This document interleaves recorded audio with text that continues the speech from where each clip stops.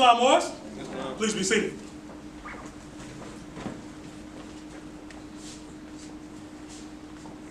Arise, giving all praises to Allah, the Father of the universe, cherisher and sustainer of all the boundless universes. Allah is the author, creator, the governor of the worlds, the almighty, eternal, and incomprehensible. All praises are due to Allah. Islam, Moors? We extend the highest of honors to his holy divine prophet, Prophet Noble Drew Ali, the founder of the Moorish Science Temple of America, a savior of humanity. Islam? We extend high honors as well to the Honorable Marcus Mosiah Garvey, the founder of the Universal Negro Improvement Association, who did indeed warn and stir up the nations. Islam? Give high honors as well to the Moorish flag. The red flag with the green 5-pointed star in the center. The 5 points representing love, truth, peace, freedom, and justice, the highest, 5 highest principles known to man. Islam? Giving honors to the American flag, the stars and stripes. This flag exists as a constant reminder that the European owes you the Moors with compound interest. Islam? This is also the flag of our birth. We extend further honors to the noble Sheik staff, noble Vanguard staff who keep the peace, and we give honors to you, the eels and babies, for without you there is no Moorish movement. Islam? How's everyone on the holy night? All praises are due to Allah. Tonight, Moors, we're gonna demonstrate the Prophet, Noble Drew Ali. Islam? We have to remember anytime we gather, when our flags are hoisted, when our charter is raised, when the charter is unveiled and placed out in public eye, we must remember that at all times we must exercise our 5 senses when we are able to do so. Islam? We must remember that we must stand on the sure foundation stone that the Prophet Noble Drew Ali has laid us. Islam? Because if we get off that, if we go a little bit to the left or a little bit to the right, we'll find ourselves back in Negro, black, and color at either step. Islam? The state that the Prophet found us, right, was the Prophet referred to as the slime of life, the unwholesome depths of poverty, right? Poverty not just in an economic sense, but those who are poor in spirit, poor of mind, poor in the image of self. Islam? This is the stage that the Prophet Noble Drew Ali found us. Islam? Anytime we in the Moorish Science Temple of America gather, this is the man that we come to honor. Look at him, boys. Islam? See, you know Harriet Tubman, may peace be upon that sister. You know Frederick Douglass, may peace be upon that brother. You've heard of Sojourner Truth. You know, they made a movie called Birth of a Nation, so you've heard about Nat Turner. Islam? We've even heard about our forerunner, Honorable Marcus Mosiah Garvey, right? But one name that you haven't heard when you were growing up is the name of the Prophet Noble Drew Ali. You must wonder why this man's name has been kept out of your history. You must wonder why this man's legacy has been kept out of your minds and your children's minds. Islam?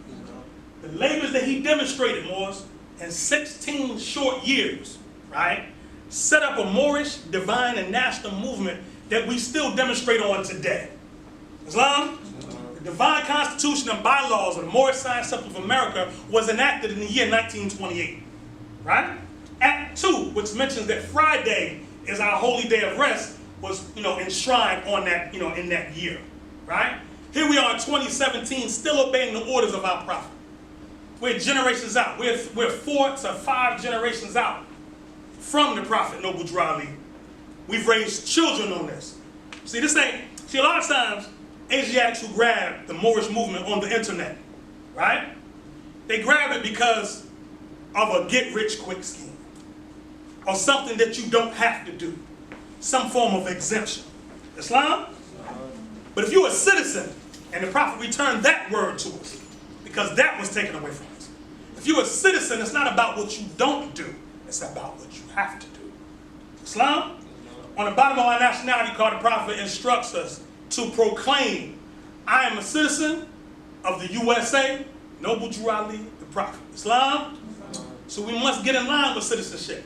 We must obey the edicts of the Moorish Science Temple of America, and those laws that was enacted by the grand body as well as the supreme body. Islam? That being the case, I'd like to draw from the charter of the Moorish Science Temple of America. Because you won't know how to move as a Moorish American if you don't know the guidelines, if you don't know the landmarks.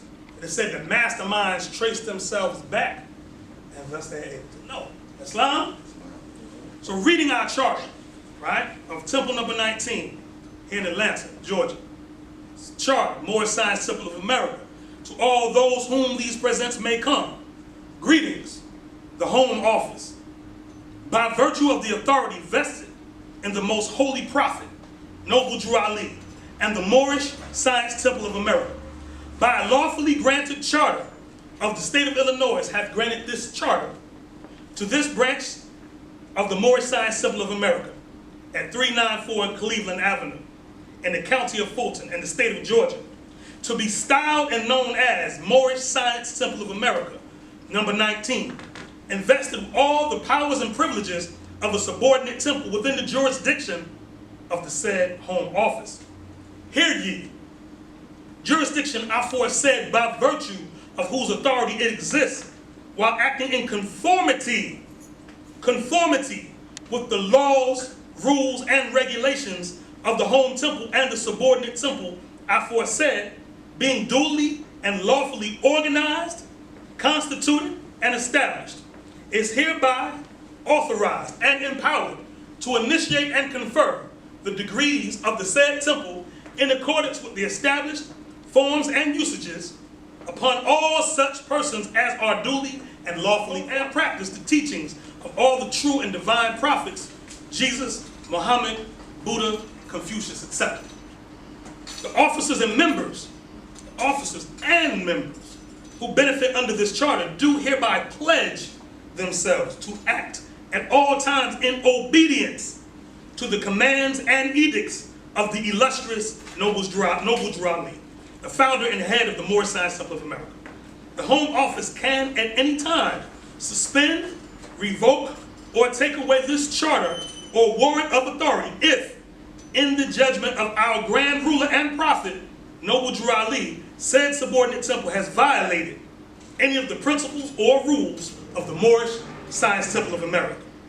In testimony whereof I have hereunto subscribed my name and affixed the seal of the said Moorish Science Temple of America.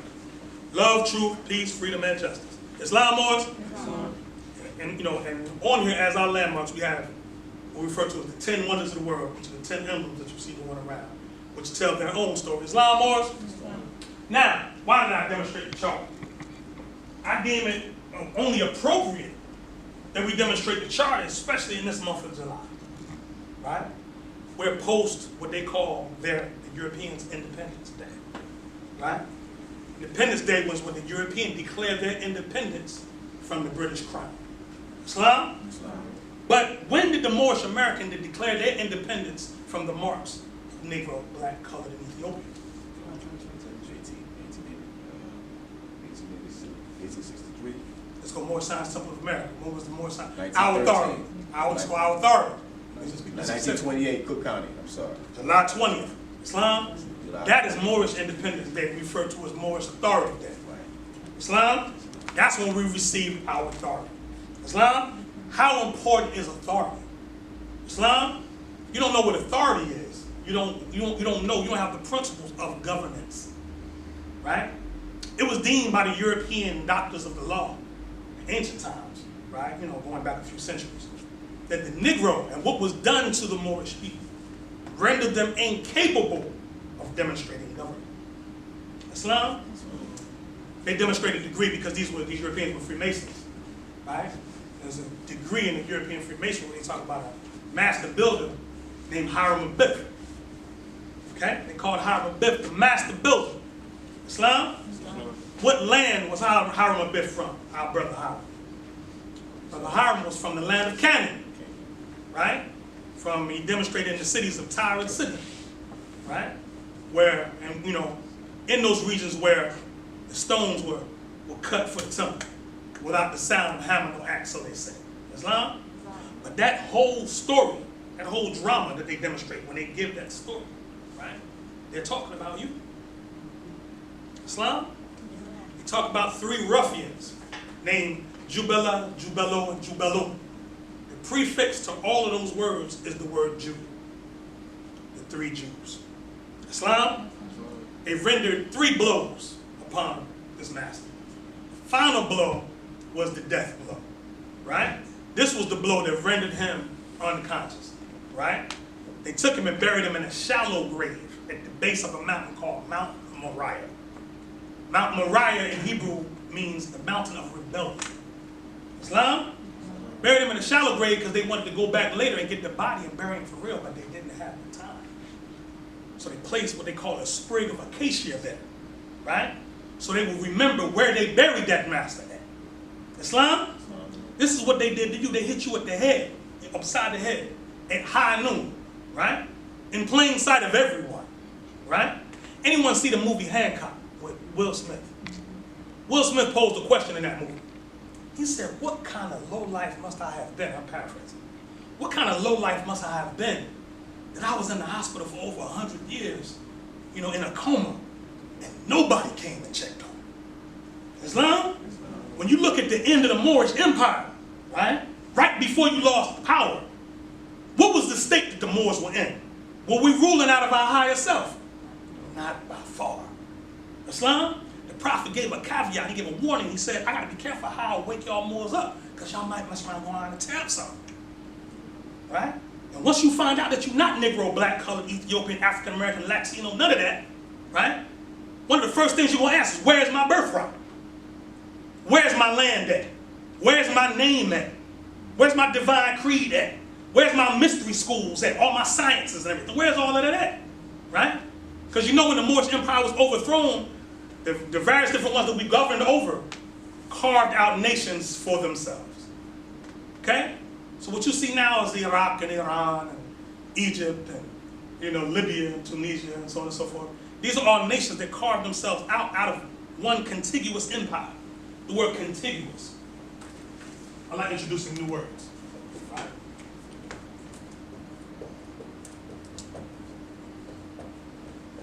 Contiguous. It means one unbroken whole. Contiguous. Right? You almost see the word continual in there. Contiguous. Right? The Moorish Empire was one contiguous empire. Right?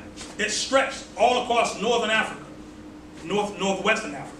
Right? Southern Europe, North, Central, South America, and all of the adjoining islands. All of that was under this flag. Islam Moors?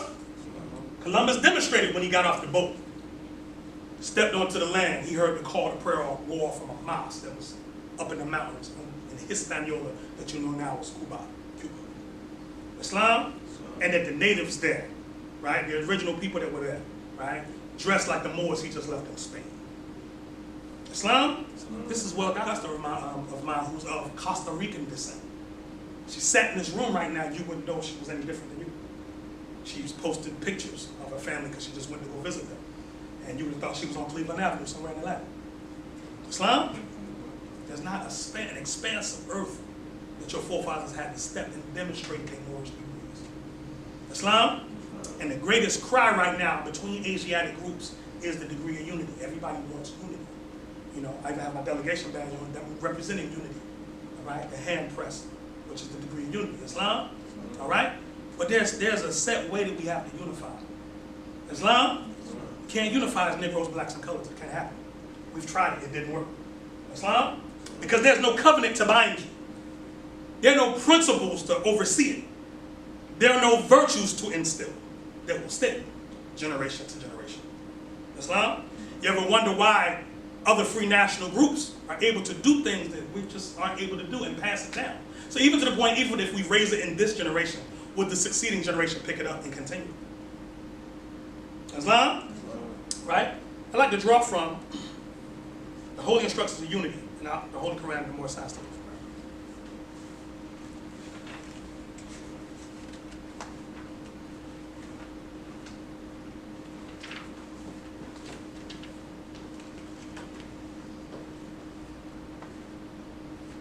Chapter 26, XXVI, the Holy Instructions of Unity.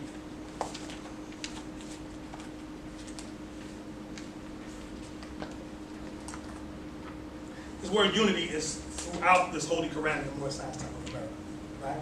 So it's not like the prophet just gave you one chapter on unity. He wanted you to digest the entire body of work. And through digesting the entire body, you come out with the principles of unity. Right? Right here he gives you bullet points in this particular chapter. The holy instructions of unity. Islam, Moors? Islam. The gifts of the understanding are the treasures of Allah. And he appointeth to everyone his portion in what measure seem good unto himself. Right there, he just gave you two aspects of study. Portion and measure.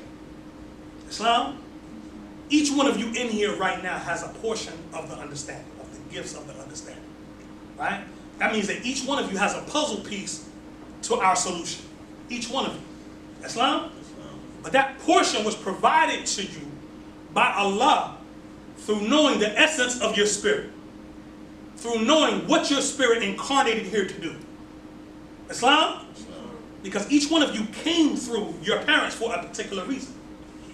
Your spirit chose those particular parents. You think your father and mother just happened to like each other? You just happened to walk in that room and seen her from across the room. I need to go ask her for a phone number.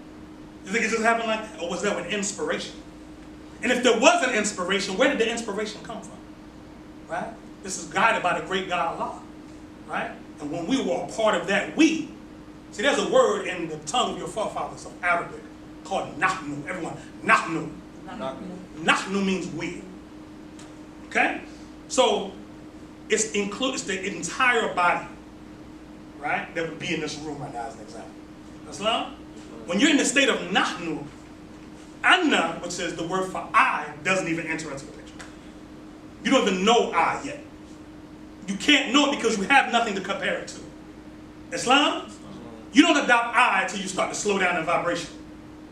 Then you start, the illusion is created that you're separate from the we. Islam? Let's push forward. Verse 2. Hath he endowed thee with wisdom? Hath he enlightened thy mind with the knowledge of truth? Communicate it to the ignorant for their instruction. Communicate it to the wise for thine own improvement. Islam? So that first part of the second sentence, that communicated to the ignorant, the prophet is charging you. He's putting an obligation on you. Right?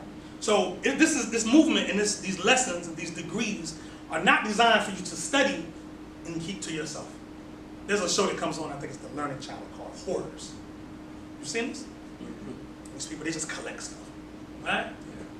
Family comes, why don't you throw this away? I can't. They'll have like a psychotic break if they have to give away something. Islam. And this is what our people have become, hoarders. We're hoarders of knowledge. We're hoarders of finance. If Allah is giving you the portion of understanding, measure that seemed to good unto himself to be blessed with the knowing finance, real estate, for example. Would you, once you establish yourself, would you reach behind and pull one up of your pedigree and teach those sciences to them? Or would you just keep it unto yourself, into your small soul? Islam? All right? This is part of the Negro condition. This is why this is being done. Islam? And then it says, communicate it to the wise for thine own improvement. Right? For you to grow, you must keep yourself around people that are equal or greater than you. Which means you got to put your ego in check. Right? Even if you think you know it all, which is impossible. Especially under the cumbrous shackles of the flesh. Right? You have to put yourself around ones who are at least where you're trying to get to. Islam? Don't be that self-taught scholar. Don't be him. Don't be her. You know? Come and sit at the feet of someone and be taught. You know? In the Moorish Science of America, we refer to this right here as the sacred groves. Right? And there's a chapter 3, where it talks about, you know, one sitting in the sacred groves and being taught. Islam? Because those instructions have to come from somewhere. They have to come from ones that have been on the journey longer than you. They can tell you what to expect. They can see the bumps and the holes that you're about to fall into. Right? The Prophet also gives us a degree called the pretended wise. There are those that pretend to be wise. Right? We're going to get into that. Verse 3. True wisdom is less presuming than folly. True wisdom is not glamorous. It ain't shiny. You don't have a shiny suit on. It ain't fly. It ain't. True wisdom, you would almost overlook it if you didn't know what you were looking for. Right? The wise man doubteth often and changeth his mind. The fool is obstinate and doubteth not. He knoweth all things but his own ignorance. Islam? The pride of emptiness is an abomination. And to talk much is the foolishness of folly. He's warning you of extremes. So there are those that don't want to know anything. And there are ones that just talking all the time, right? And they have pride in things that are of no worth. Babbling. Islam? And the process of them doing that, if you're not talking about something that's on the sure foundation, you're only using the tongue to destroy. That's all you could be doing, right? Be careful of idle speech. Islam, if you're talking, what you're talking about. You ain't talking about nation building. You ain't talking about the salvation of your people. You ain't talking about, boy, let's study together. Let's get on our degrees. Let's get on our lessons. Islam, you ain't talking about, let's get out there and help those that need help. Right? Or defending those that need defense. Right? If you're not talking about any of that, be silent. Islam, and reflect, because reflection is the business of man. In the sense of his state, his first duty, or her first duty. Islam, verse 5.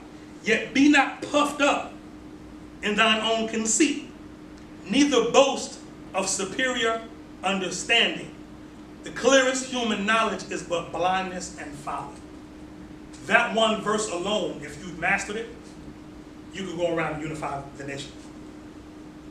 Islam?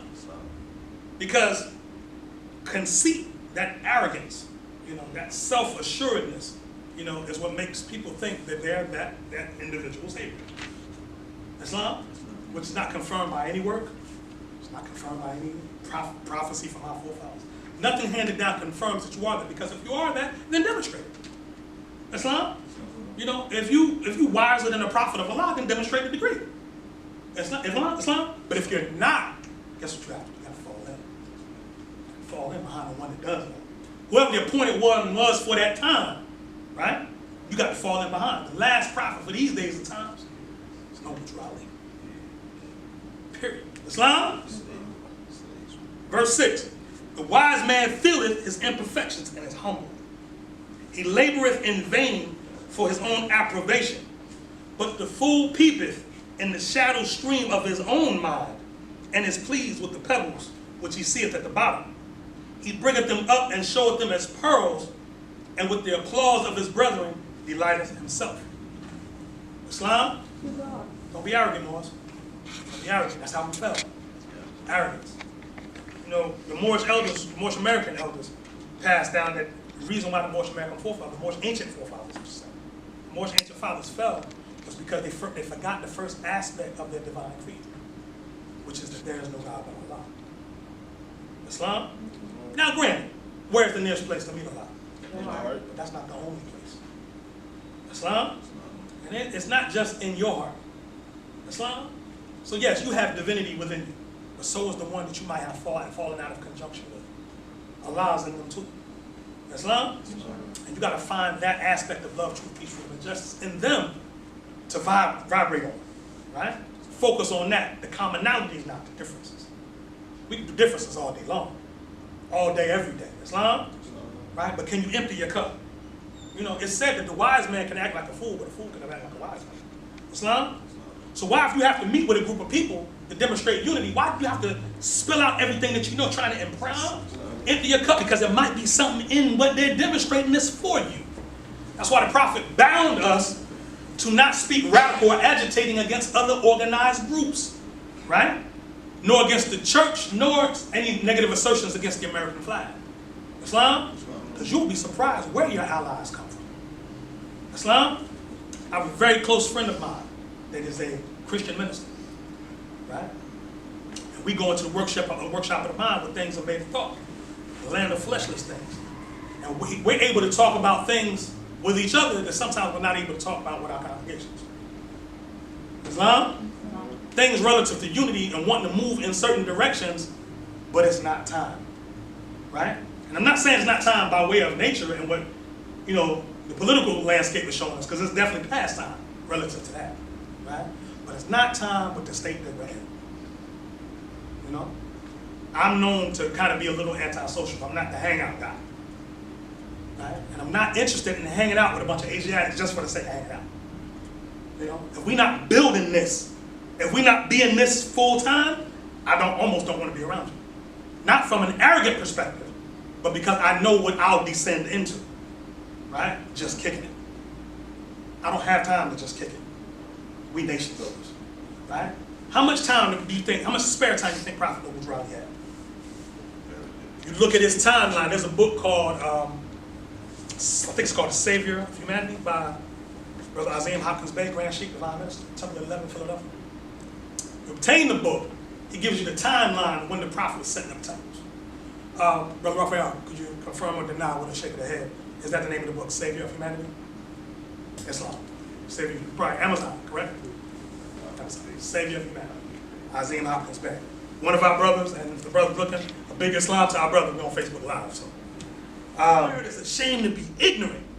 There he hath no understanding. Right? There's a phenomenal interview that's out right now on Vlad TV. I feel kind of crazy giving Vlad TV a plug, but the interview was incredible with our brother, Dr. Wesley Muhammad. I don't know if anybody's seen it. He did a phenomenal, I think it was like 50 minutes, attacking Negro culture.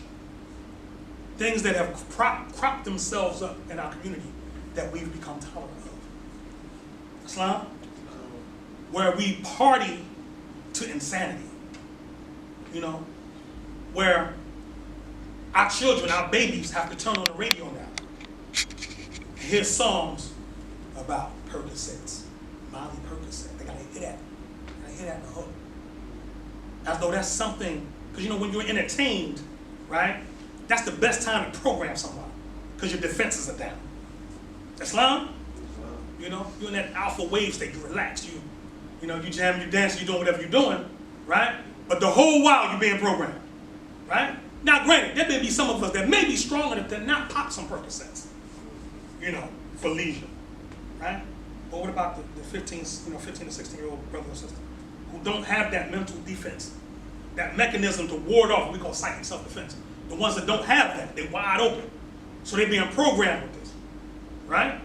The brother always, definitely talked about on the interview about marijuana usage, right? He talked about how this is what they call it, loud and kush and all these. He actually gave the military names for them because it was created by the U.S. Chemical Corps. NA-such and such and such and such. The chemical that they genetically altered the marijuana to increase the THC count in it. And when you increase the THC count in marijuana, it makes abundant the estrogen in the body, right? For men, and testosterone in women. So now all this now where I'm 44, I look at the hip hop scene now and I'm like, there's no way in the 90s you could have got Rakim to put a dress on. Chuck D, you put this dress on, we make you. He might have punched him out. Islam? But why now? It's everywhere. Islam? There's something called terraforming, where they can systematically seed either an environment or someone's body with chemicals that literally take you away from the divine aspect of what Allah created you to be. Frankensteins. This is what the Negro has become. Islam? All right? Moving forward. Verse 8. Even in the path of wisdom, he toileth after folly, and shame and disappointment are the reward of his labor. 9. But the wise man cultivates his mind with knowledge. The improvements of the arts is his delight, and their utility to the public crowneth with honor. If you ever take a chance, take time, and look up the definition of civilization. That is basically the definition of civilization, right? Because if you ever want to see the degree of civilization that a people has, look at their arts. Islam, and that's music, that's actual, paintings, that's all of that. You put it all together, and it tells you the internal monologue of the people. It tells you what's going on inside of them. Islam? Now that being the case, look at the art, look at what we're putting out into the world in our sleep state, right? Back in the 80s, I was a martial arts fanatic. I love all the martial arts. Shaw Brothers, this and that, 5 Deadly Venoms. Y'all kind of young, I might know nothing about that. But through watching all those movies, which, we had something in New Jersey called, Black Belt Theater, which I think it was like 12 o'clock before on Saturday. All day play nothing but martial arts movies. it was excellent propaganda in that growing up, subsequent to watching those movies, I thought that all Chinese people knew martial arts. I had a subconscious paranoia about Chinese people because I was like, man, you don't want to run up on him. He could jump like 40 feet in the air. You know, spin around and kick your head off. Islam? Now, if it works that way, let's reverse the action.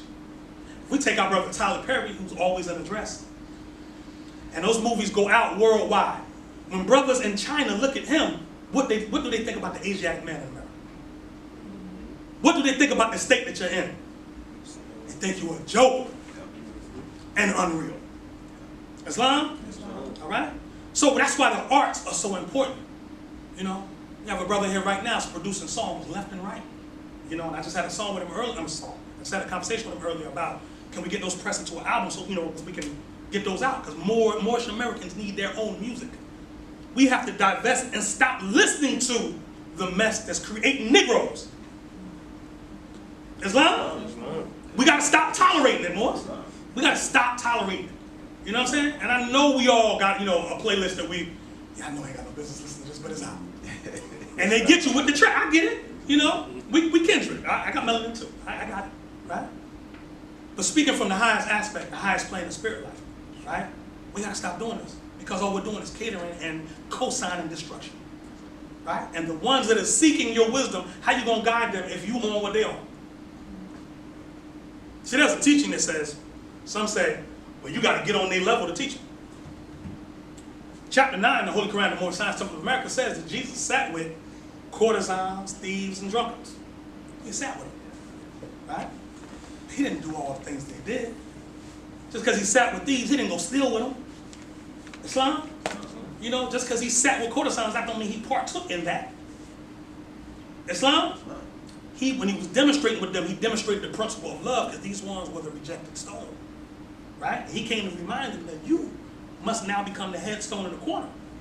Islam? Don't worry about those priests that dress themselves up in fancy robes, that are shrewd enough to cover themselves with a tinsel coat of reputation. Don't worry about them, right? Your blood is just as precious as theirs. Islam? So you cannot do what they do and guide them.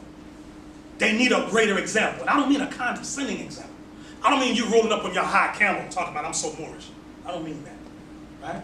But I mean by being so much of the message that you bring that they say, I want to be a part of that. Right? One of the most common questions is when you're walking the line of justice, right? Want to look at you and say, excuse me, if they're really into it, you Muslim? They'll automatically give you, why do they automatically go to Islam? Right? There's something in the way that your forefathers demonstrated spreading Islam or Islamism around the world where it's universally and globally recognized. Right? There's an Egyptian proverb that says, woe to the student that does not surpass his master. We have not even equaled noble duality, let alone surpassed. Islam? Right? But it takes discipline within ourselves to become that in order to give that to those who need it the most. We can't get mad at the people because they're not getting it. The prophet gives us a measure in the divine order. We close every temple meeting. If the prophet is not right, the temple is not right. Islam? They'll never get a chance to meet Noble Drew because he passed form in 1929. They'll never get a chance to press his hand, give him a hug, tell him directly, thank you, Holy Prophet, for what you've done for us. Never. They meet the Holy Prophet through you. Islam? They see Noble Drew Ali through you. That light, that indomitable spirit that radiates through your eyes, yet surrounded and cloaked in a spirit of love. Islam? That is the spirit of the prophet that they'll meet. If you put that out there first, you'll gather the masses unto you. Islam? No spookism involved. It's real big. It says, verse 10, nevertheless, the attainment of virtue he accounteth as the highest learning. And the science of happiness is the study of his life. Right? So of all the things that Moors seek to study, Moors study astrology, Moors study numerology, Moors study masonry, Moors study all types of stuff. And I know them, you know, our nation is split about Moors and masonry. We're not going to have that argument tonight. Right? But the point is, there are Moors that know about it. Islam? There are Moors that know that there's 33 degrees in the Scottish Rite, and that you have 33 vertebrae in your spine. And there's a connection there. Islam? But the point is, you don't have to go there to get that. You come right here and get that. And more. Islam? But the point is, right, of all those things that you could study, the highest aspect of learning that you could study is virtue. Right? And if you do a study on virtue, that's something you think you know. Well, Google virtue. Or Google the virtues. Make it plural. And it opens a whole other field of study. Islam? The Prophet Noble Drew Ali never wasted words. Being the master that he was, if he put you on to something, it opens a whole other volume of study. Islam? Last week we demonstrated from the Dred Scott case. Dred Scott case, we demonstrate that because the Prophet gives us a key when he talks about the Moors that were placed on the Moors of the Northwest. You know, the Moors was Negro, black, colored, and Ethiopian. Islam? You study the Dred Scott case, you unfold it fully, you get the law behind that key. Islam? So what I do is, I didn't get a chance to make copies this week for you all, but if you come next week, I'll make sure I have those. Islam Moors? And those who weren't here last week, we have a couple copies of what we drew from last week on the back table. All right? So I'll start at the last paragraph from that, and then I'll go into the new measure. All right? Last paragraph, again, Dred Scott versus Sanford, 1857 AD. Right? In this paragraph we're drawing from, it says, thus Massachusetts in 1786 passed a law similar to the colonial one of which we have spoken.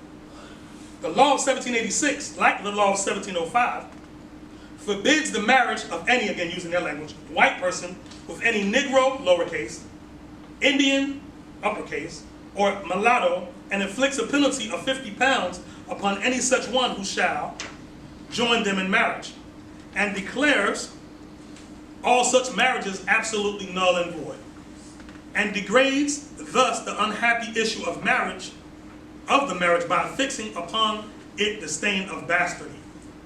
And this mark of degradation was renewed and again impressed upon the race in the careful and deliberate preparation of their revised code published in 1836. This code forbids any person from joining in marriage any white person with any Indian, Negro, or mulatto, and subjects the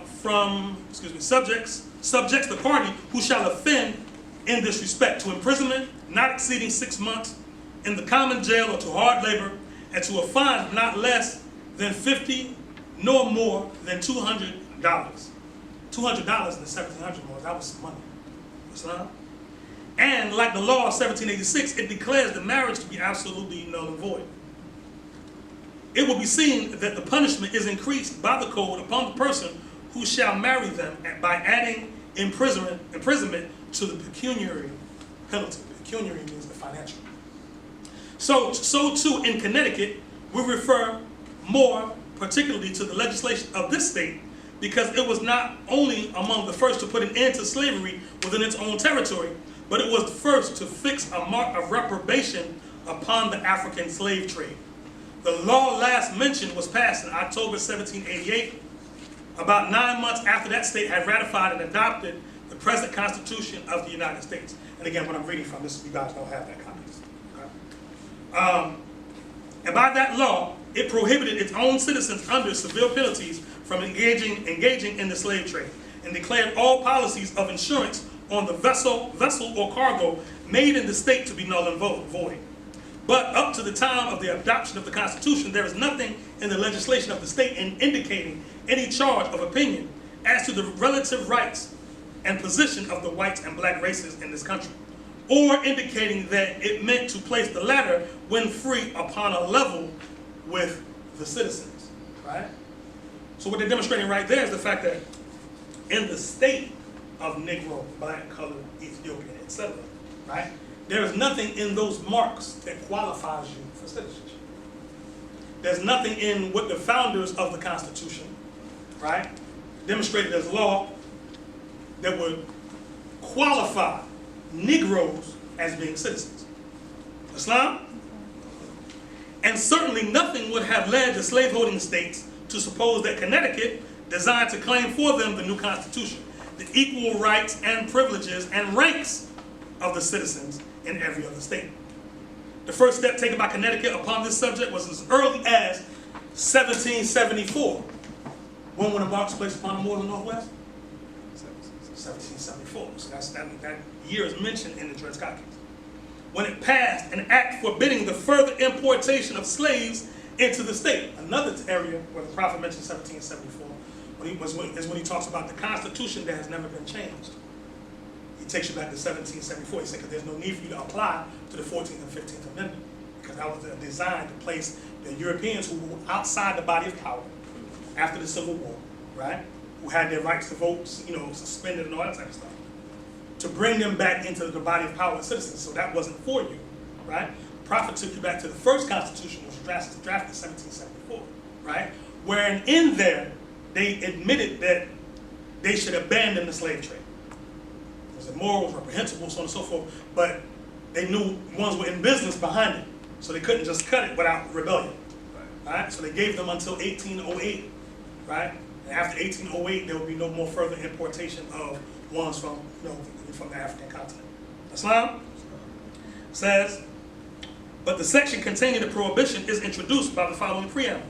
And this is the 17, for those taking notes, the 1774 Constitution of Connecticut. This is in the preamble. It says, and whereas the increase of slaves in this state is injurious to the poor and inconvenient, because wherever you have an abundance of slave labor, one's working for free, a working man cannot compete with that. Okay?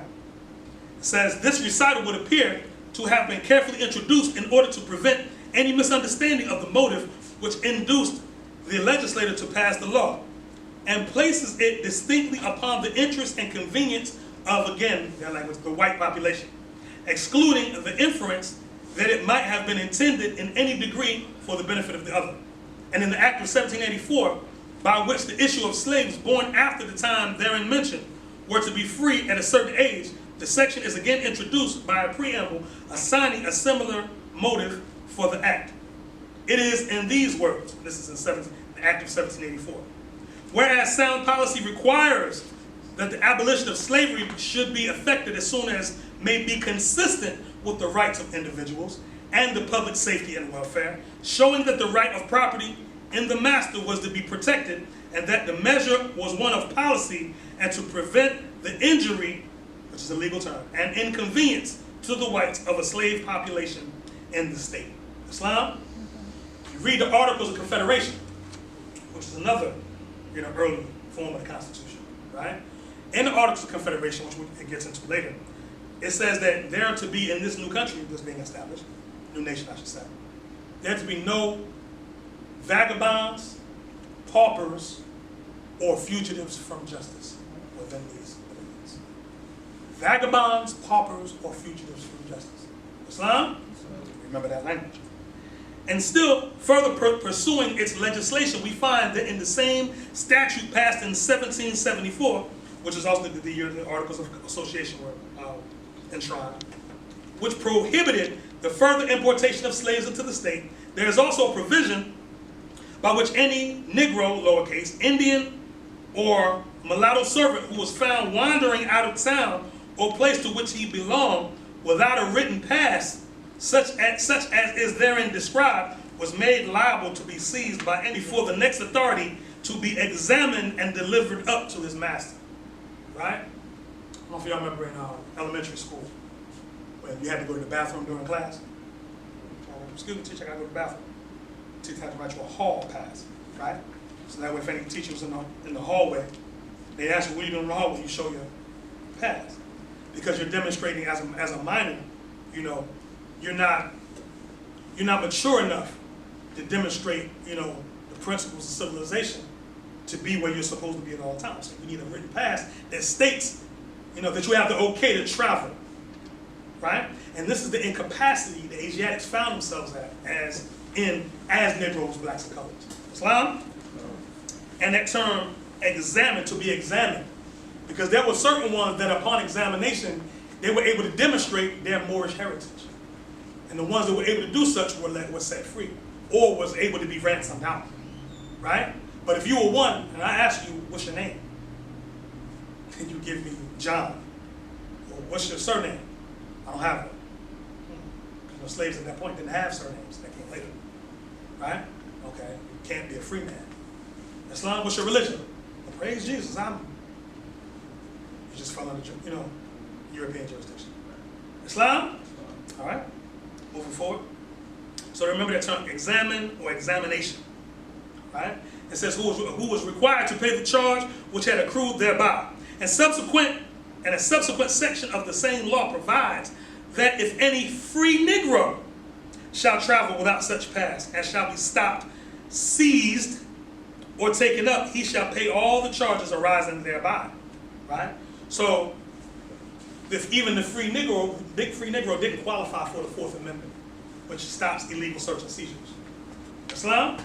Because he wasn't able to apply it to the Constitution because he's still a free Negro. All right? Says, and this law was in full operation when the Constitution of the United States was adopted and was not repealed until 1797. So that up to that time, free Negroes and mulattoes associated with servants and slaves in the police regulations established by the laws of the state. So this is what Asiatics are finding themselves in now, the harsh police policies. Right? Because they're still under the same slave condition, the same slave labels as their forebears were, as our forefathers were. Right? So the same laws that applied then apply now, why you must proclaim your nationality and your divine creed to be recognized, the government in which you live and the nations of the earth. Islam? And again, in 1833, this is an important case. Okay? We're going to go into it a little bit. Write down May 24th, 1833. Because again, we don't want you to believe anything we're saying. We want you to check this out.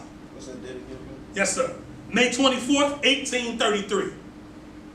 And again, in 1833, Connecticut passed another law. Now, real quick side, but that law was literally called the Black Law. Not the Black Codes, that's different. Yeah, I know. But write down the Black Law and research it.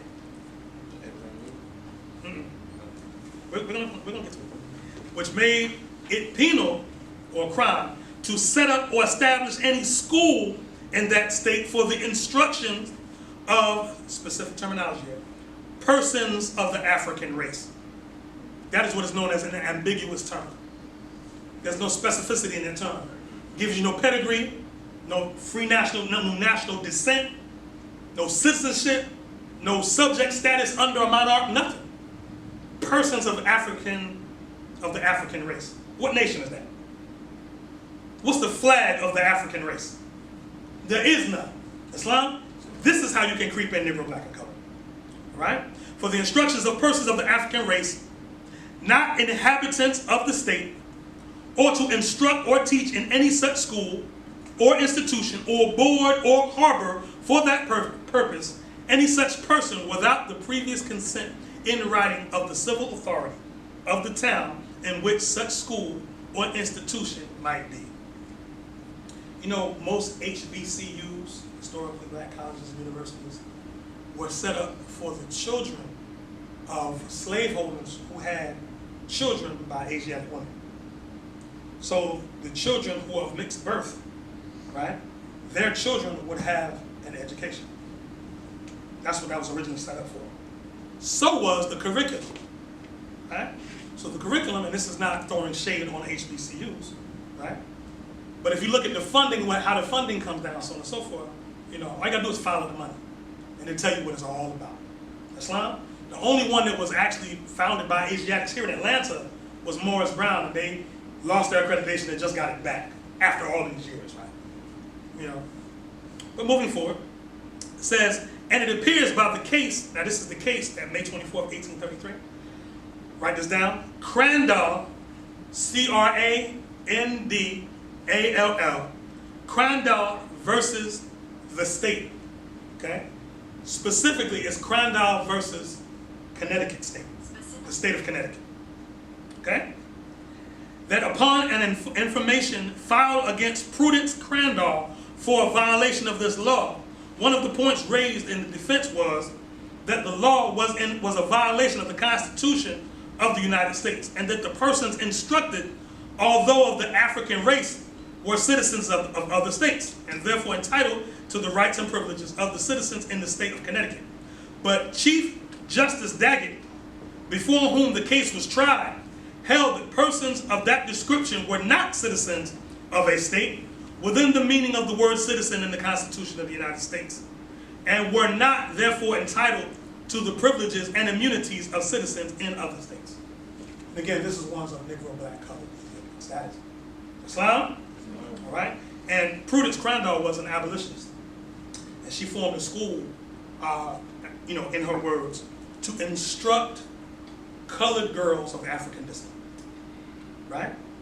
And people in the town almost lost their minds. Right? It was a big uproar. Right? So it was court cases, all this kind of stuff filed. It said the case was carried up to the Supreme Court of errors of the state. So that was how they framed the wording of the case. Errors of the state. So they knew that the case was flawed from its inception, but they still had to try it through anyway. And the question fully argued there. But the case went off upon another point and no opinion was expressed on this question. We have made this particular examination, that word again, into the legislative and judicial action of Connecticut, because from the early hostility it displayed to the slave trade on the coast of Africa, we may expect to find the laws of that state as lenient and favorable on the subject race as those of any other state in the Union. And if we find that at the time of the Constitution was adopted, they were not even there raised to the rank of citizens, but were still held and treated as property, and the laws relating to them passed with reference altogether to the interest and convenience of the white race, we shall hardly find them elevated, it's an interesting term, you should write it down, elevated to a higher rank anywhere else. Islam? So citizens at that time knew the condition of the Negro and said, well, because they're in that condition, we don't see them raised to any other rank in government. We don't see it. Citizen, let alone holding government. A brief notice of the laws of 2 other states, and we shall pass on to other considerations. By the laws of New Hampshire, collected and finally passed in 1815, no one was permitted to be enrolled in the militia of the state, but free white citizens. Remember, white is a class status. It's not a color, right? The law is not dealing with color status, just like black is a class status. Islam? Free white citizens, but don't go around calling yourself white people. Don't pick that up. There are Moors that do that. Yeah. You're not white people. Islam, it's a class status, right? But if you fall in as Moorish American, you fall in as citizen, right? And that is enough, as far as the law is concerned, right? Then you have the rights and duties of a citizen. Now you got to perform the acts of a citizen. It says, and the same provision is found in a subsequent collection of the laws made in 1855. Nothing could strongly mark, there's that word again, mark the entire repudiation of the African race. The alien is excluded because by being born in a foreign country, he cannot be a member of the community until he is naturalized. But why are the African race born in the state not permitted to share in one of the highest duties of the citizen? Paying the tax, the vote, all of that is high duty of a citizen. That's high duty, right? The answer is obvious. He is not, by the institution and laws of the state, numbered among its people. He forms no part of the sovereignty of the state and is not therefore called upon to uphold and defend it. Islam? Again in 1822, Rhode Island, in its revised code, passed a law forbidding persons who were authorized to join persons in marriage from joining in marriage any white person with any Negro, lowercase, Indian or mulatto, under the penalty of $200 and declaring all such marriages absolutely null and void. And the same law was again reenacted in the revised code of 1844, so that down to the last mentioned period, the strongest mark, there's that word again, of inferiority and degradation was fastened upon the African race in that state, right?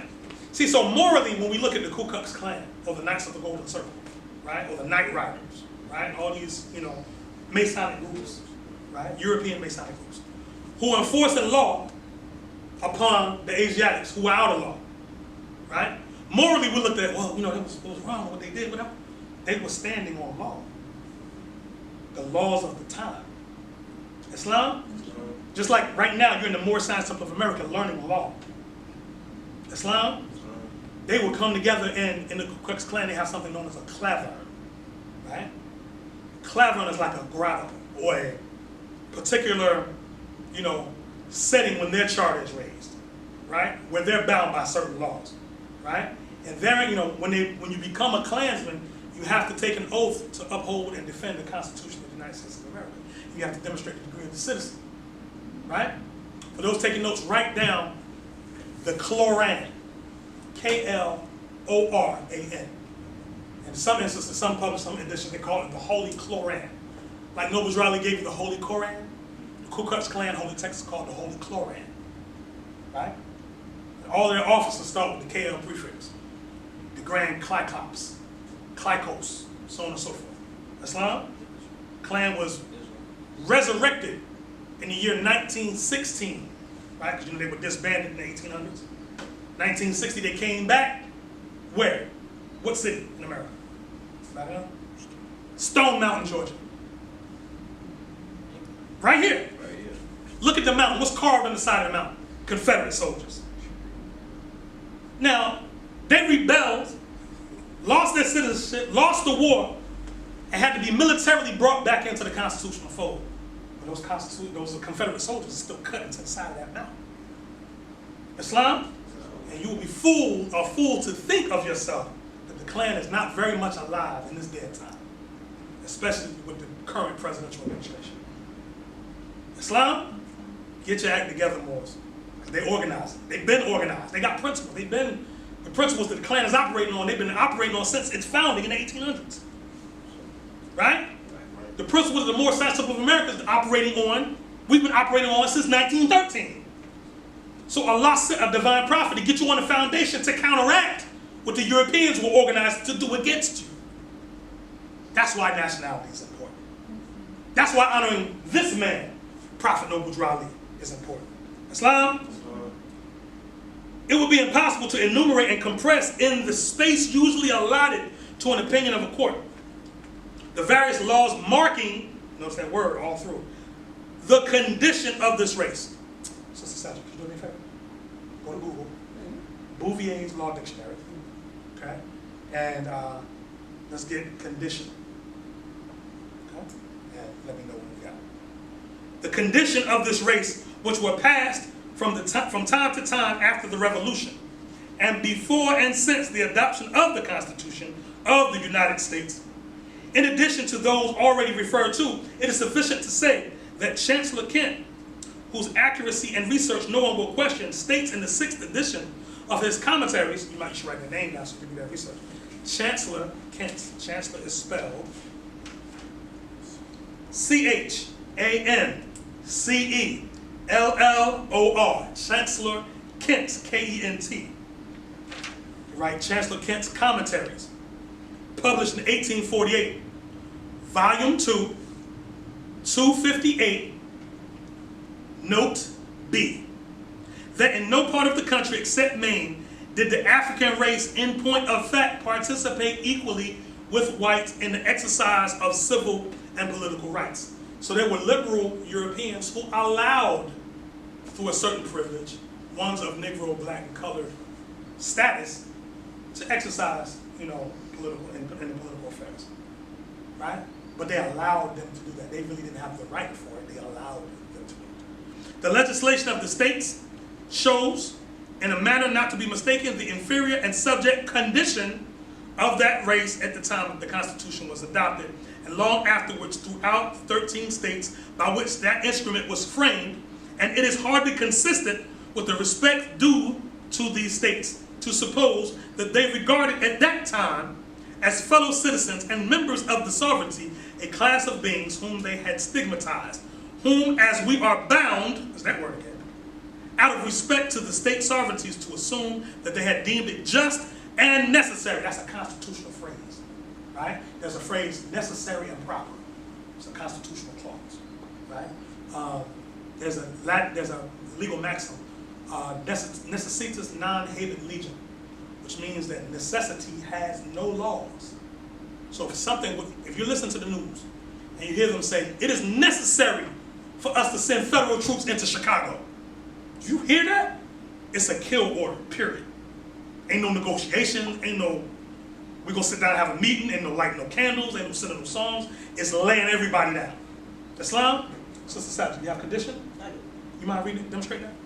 In civil law, the situation, condition. In civil law, the situation of every person in some one of the different orders of persons which compose the general order of society and allot to each person therein a distinct separate rank, dominant, tome, the next title. Also, a paction or agreement which regulates that which the contractors have in mind should be done of a case which they foresee should come to pass. And casual conditions are such as depend upon accident and are in no wise in the power of the person in whose favor the obligation is entered into.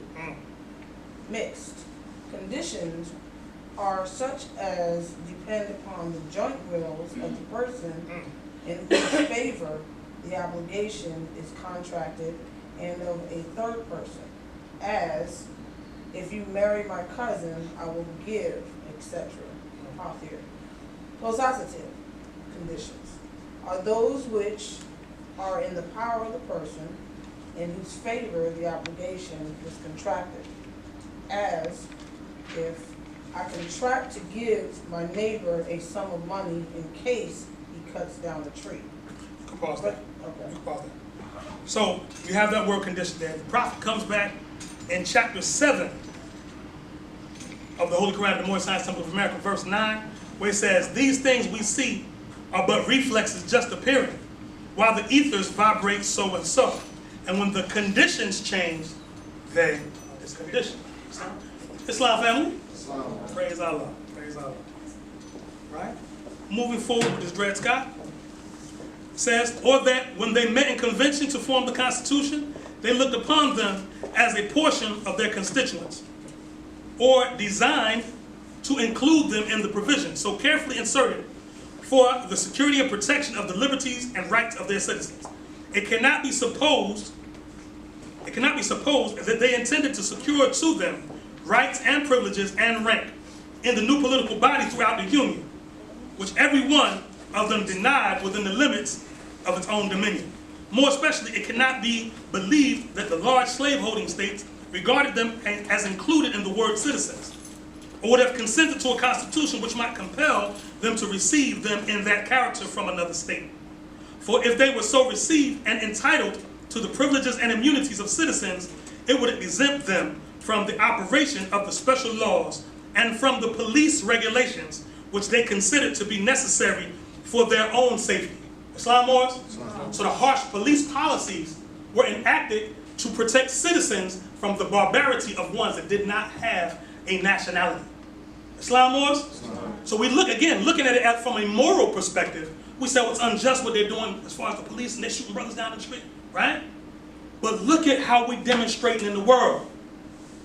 Look at how we're being perceived. Look at how our actions are being looked at. Islam Moors? Ones who have the degree of citizenship and the principles of civilization, they're terrified for their lives. There's some of us that have to live next door to some insanity from some Asiatics, right? And we don't admit it, but at night, you're concerned. We're not going to put it in the realm of fear, but you're at least concerned. Islam? All right? So it says,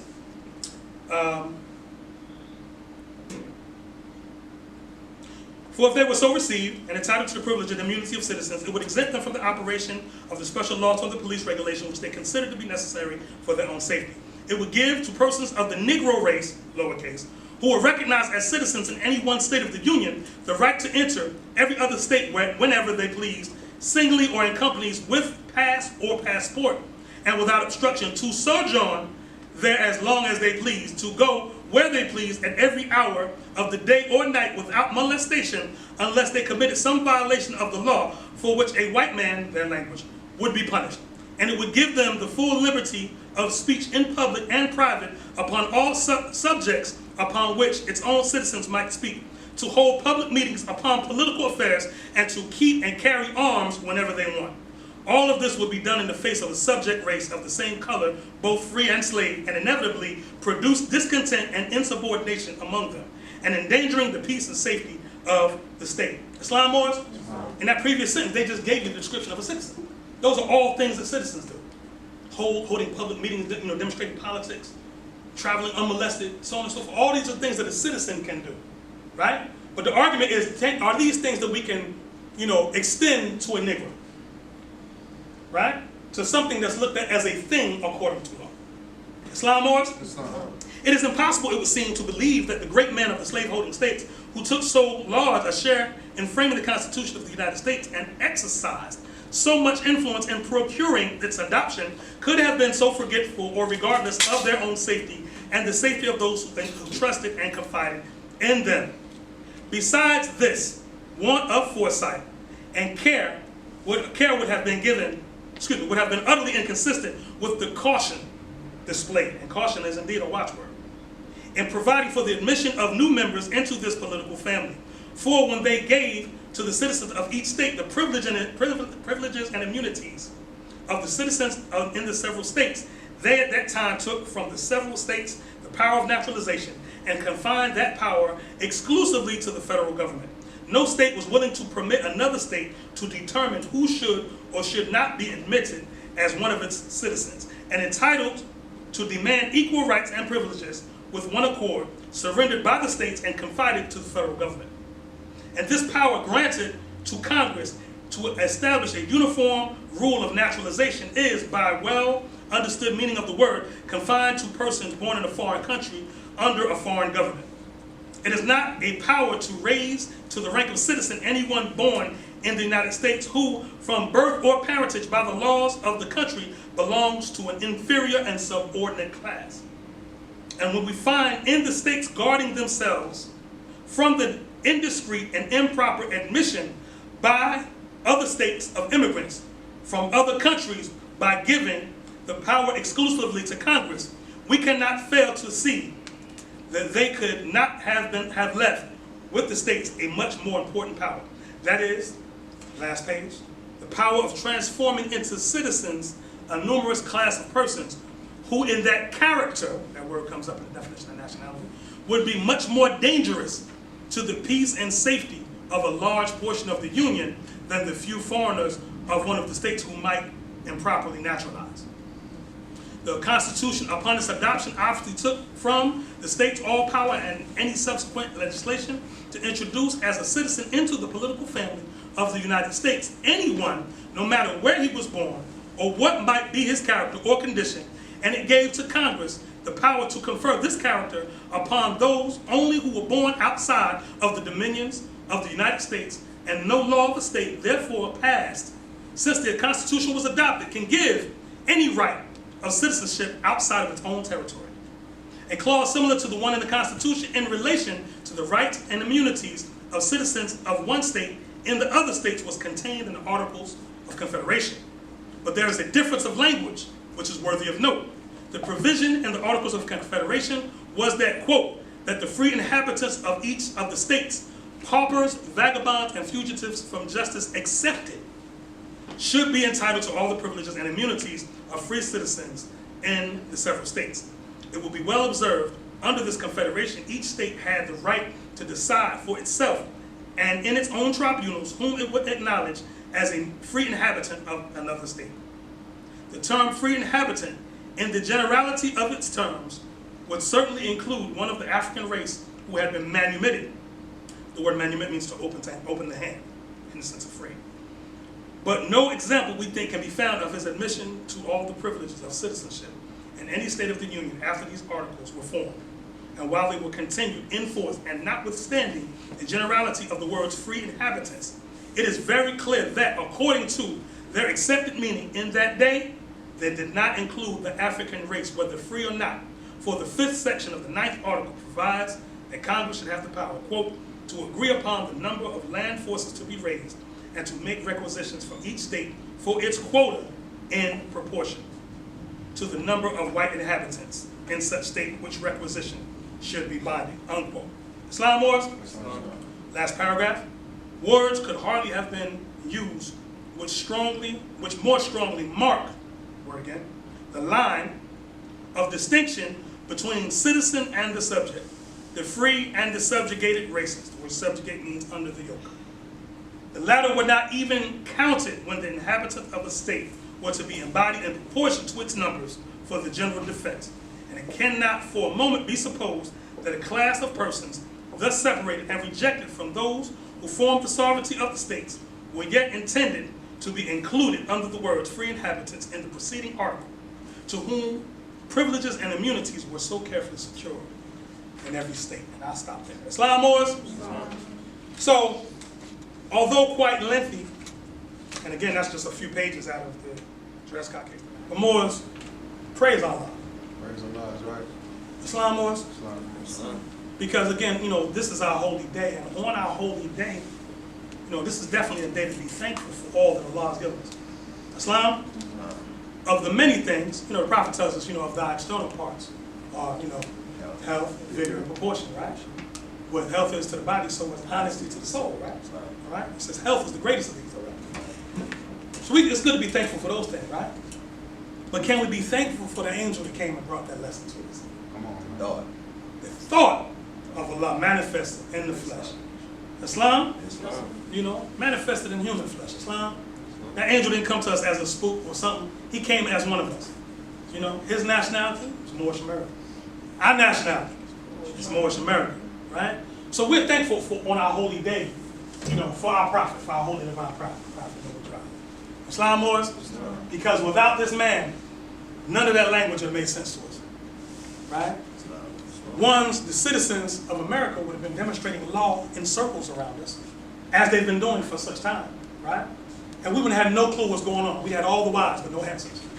Islam, praise Allah for the principles of love, truth, peace, freedom, and justice. Islam, praise Allah for the 12-step ladder and the virtues. Islam, praise Allah for all these things. Praise Allah for Moorish American families. Islam, because we talk of this nationhood, but without family, there is no nation. Islam, speaking of a very noble Moorish American family that's just walked in the room.